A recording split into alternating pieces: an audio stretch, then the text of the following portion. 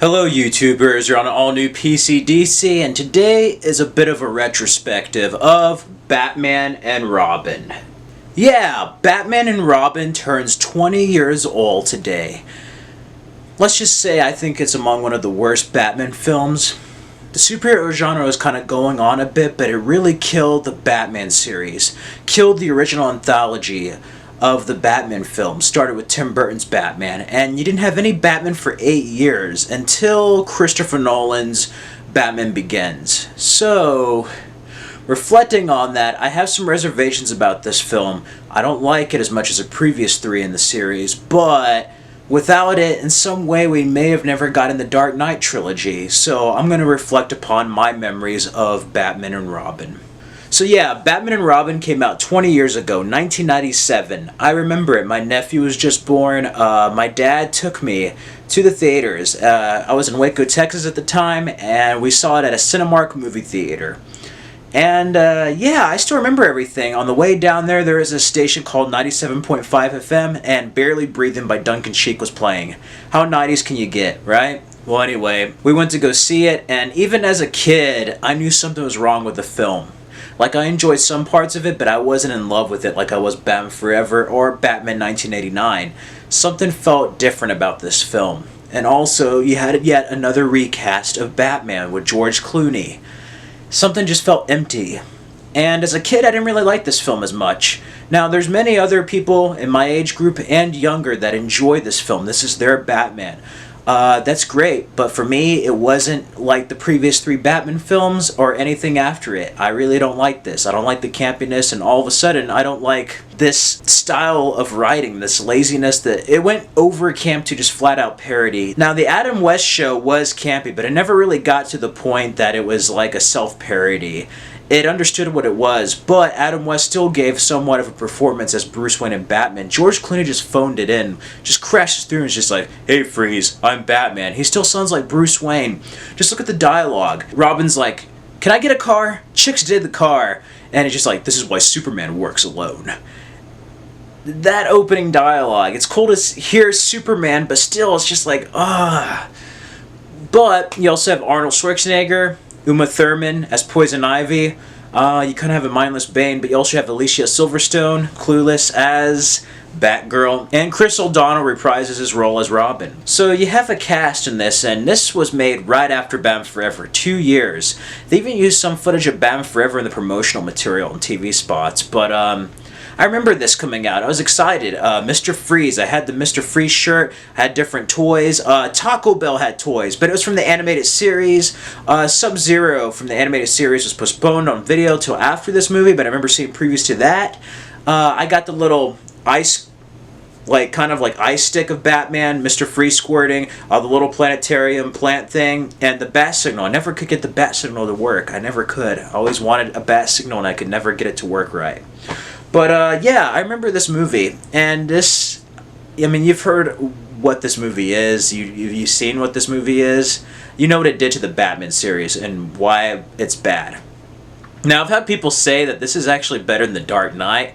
People are out of their mind, man. I just flip out. But this movie does have some good moments in it. Now, I'm going to get the pros out before I go to the negatives. I liked Arnold Schwarzenegger as Mr. Freeze. He wasn't the right Mr. Freeze. It was miscast. But the certain human elements he brought when he's with his wife or looking, that was like the animated series. I felt like he's not the actor I would have gone with, but I felt like if he was given the right script and direction, he could have done so much more than what he was given with the ice puns and everything. Alicia Silverstone was okay as Batgirl. The only thing I had against that was that she wasn't Commissioner Gordon's daughter. But other than that, I like Chris O'Donnell and Alfred Guff. They're the only ones that feel like they're actually bringing something to the table. It doesn't feel like they're phoning it in entirely. They made Robin a little bit more independent and annoying, but I do like how he has a Nightwing outfit in a way. And then Elliot Goldenethal's score is good. Oh, speaking of score, the best thing that come out of this movie, the soundtrack. I still have Smashing Pumpkins. You have The End is the Beginning is the End, and then The Beginning is the End is the Beginning. The remix that was used in the Watchmen trailers. Bone Thugs and Harmony, Look Into My Eyes. Lazy Eye by the Goo Goo Dolls. Fun for Me by Moloko. I mean, it is just an all-around great soundtrack. I like this soundtrack a lot. If bad movies have great soundtracks, this is a testament. And then there's that one scene where Bruce Wayne's talking about like death and mortality and what Batman means, and Alfred's just like, what is Batman? And then a certain thing to stop death, and then George Clooney's just like, but I can't, can I? And Alfred's like, none of us can. Such a great scene, not only with mortality, but who and what Batman is and what he can and cannot do after he defeats Mr. Freeze. I love it when he, I love the chase. The action's pretty good. I like the action, the bike, motorcycle chase. You have Coolio out of nowhere. It's crazy, but I love the action, and also when he defeats Mr. Freeze, is very Burton-esque, like Batman Returns. Great bat suit as far as the design, without the nipples and the emblem, but as far as the cowl, I like it. That's pretty much like the only really great parts of it, really. I don't like Bane. I don't like Uma Thurman's Poison Ivy. The writing there, I don't like the ice puns. It's like, we killed the dinosaur! The Ice Age! It's fun to watch, but really it's just like, oh, this is just really cringeworthy. And Batman Forever was getting there. It started with Batman Forever, but Batman Forever gets tied to Batman and Robin. Batman and Robin's just all around bad and campy. Batman Forever still has some dark elements, and that's because of Tim Burton producing. Tim Burton's not involved in this project at all, and it all falls apart. And it all is because of a franchise. That's why I'm worried about Warner Brothers and their movies now. This was really made to sell toys. Joel Schumacher said they made a toy etiquette film. Everything that was in this film had to be a toy. Chris O'Donnell had the best reaction. She's just like, the first one we did, Batman Forever, that felt like we were making a film. This one feels like a toy commercial. And that's what Batman and Robin is. It's just an overglorified toy commercial. But it's an enjoyable film to watch at times, but it's not the best movie at all. And I can see why it killed the Batman series. This film just breaks my heart because I was enjoying the Batman series. I was about 6 years old when I saw this, and this film's just on my worst, like, not only films ever, but worst superhero films. It killed Batman for 8 years. You heard nothing from Batman after this movie. Warner Brothers, with this, Steel, and Lost in Space, almost went bankrupt until they made Lethal Weapon 4 in 1998. So it really did a lot of damage to just everything. And it's sad that Bob Kane had to see this as the last Batman before he passed away. He didn't get to see the Nolan films or anything. And, of course, Val Kilmer did The Saint. I don't know if it was a mix-up in agents or they just fired him, but it's sad because I really miss him. He would have added something. George Clooney just, like, goes around, and the worst thing besides his acting and phoning it in, he bobbles his head. He's just like, well, I don't know. He's like, it's either my way or the highway, and he just, like, bobbles his head. I don't like that. It's just like, why? But above all, reflecting on Batman and Robin, I can go over the negatives and a little bit of the pros, but ultimately, it's one of those films that shows you what happens when a franchise or a superhero film series gets too big and the studios go in and ruin it. And the director did apologize, and I do respect Joel Schumacher for that. It's sad that when you look at his other films, how did the Batman films he did end up so campy and like light? This should have been dark. And he wanted to get back to the darker elements of it with Batman Triumphant. He wanted to do a Batman Year One adaptation, and then the Batman Triumphant was going to have, I think, Nicolas Cage as Scarecrow or Jeff Goldblum. They're throwing ideas. They're having George Clooney in it. They're going to have Harley Quinn as the daughter of Joker, which I didn't agree with, but the Joker flashback with Jack Nicholson did sound pretty cool. But ultimately, yeah, it's just one of those things that just self-destructed the further they went along. And it's sad how you got from Batman 1989 to this film. This film just killed Batman. But at the same time, in some sick way, without this being such a bad film, a critical failure and a box office failure, we may have never had the Dark Knight trilogy. So for that, I have to accept this film and just love it, because without this travesty, we may have never had the brilliance of the Dark Knight trilogy with Batman Begins, The Dark Knight, and The Dark Knight Rises. So I thank this film for that. But this film does have some fun elements in it. I didn't like the Batmobile compared to the previous one, but the Alfred scenes in there, along with the more human parts of Mr. Freeze that aren't filled with ice puns or just crazy music with like, I'm Mr. Iceman, I'm Mr. Snow, are really great. I like some of the chemistry between Alicia Silverstone and Chris O'Donnell as Barbara Wilson and Richard Grayson. Uma Thurman, I know she's playing a certain type of role as Poison Ivy, but she didn't do it for me. She was like one of the worst parts of this movie for me.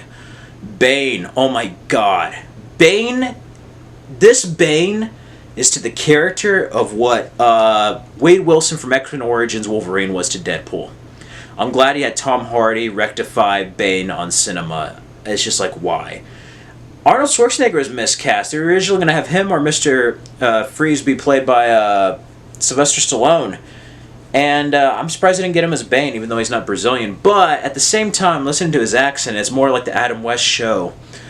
But yeah, a bit of a miscast and just all around different direction. It didn't take itself too seriously. It's nice that it was a little bit lighter, but at the same time, it was just silly. It was like I was watching a live action cartoon with toys.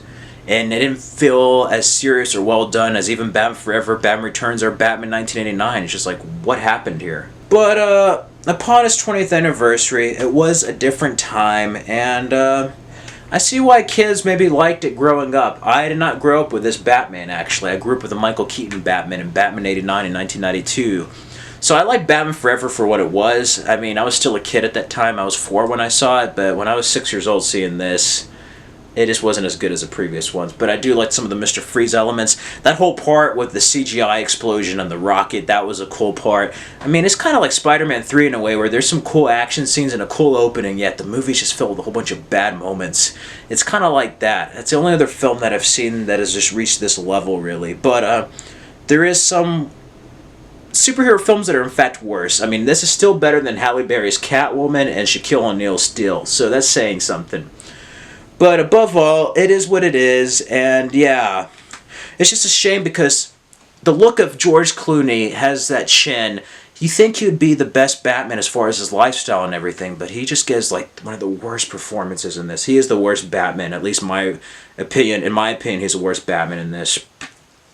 But you get some cool stuff with Mr. Freeze and Robin and them, and the music, how it's edited. And some of the action scenes I enjoy. But above all, the soundtrack with Smashing Pumpkins, man, it's the best thing to come out of this movie. So yeah, as a retrospective, I just wanted to go over my brief thoughts and everything, reflecting on Batman and Robin. Ultimately, it was another missed opportunity. Batman Forever was a real missed opportunity, because the series is still at a high, but this one really put the nail in the coffin. This one just further cemented the anthology into the ground and killed the character of Batman almost permanently. It took 8 years to recover from this film. But I have to be thankful for this film and appreciate it for what it is. Batman and Robin, I have it with the anthology on Blu-ray, and I have to appreciate it for what it is, you know? I used to watch it on VHS as a kid every now and then. I watch the first 3 a lot more, but I do still watch Batman and Robin every now and then. It's a fun movie to watch, not to take too seriously, and I can forgive it now that it led me to the Dark Knight trilogy. Anyway, that's it for this little quick retrospective on PCDC. Let me know in the comments below, what did you think of Batman and Robin? Did you absolutely hate it? Did you love it? Did you grow up with it? Let me know what your favorite moment is. Mine's probably that rocket explosion and then the part with Alfred. I like the flashback scenes and the more human moments there. And, yeah. I'm surprised they didn't get Patrick Stewart as Mr. Freeze. That surprises me. But, it does have some enjoyable moments, but let me know, what do you think of Batman and Robin? Let me know some of your memories of when you first saw this film. I saw it in theaters, and then I rented it from Hollywood Video. Had the Quest for Camelot and Lost in Space trailers on there, along with a soundtrack promo. Had Fun for Me by Maloko, Look Into My Eyes, and the Smashing Pumpkins song. I first saw the Smashing Pumpkins music video on MTV with my brother before the movie came out. But yeah, let me know your memories of Batman and Robin. Feel free to let me know in the comments below. And if you like this, click the like button, comment, and subscribe to my channel if you want to see more videos. I have other reviews. I might review this film on a brand new segment I'm developing right now, so we'll see. I didn't get it in time for its 20th, but yeah, check out my other videos, and also go to the Dark Knight of Steel channel, my other channel. I made a Batman and Robin music video. Anyway, that is all, and thank you for watching, okay? Let me know what you think of Batman and Robin. Until then, I'm gonna go listen to the soundtrack, listen to some Smashing Pumpkins, because, hey Freeze, I'm Batman.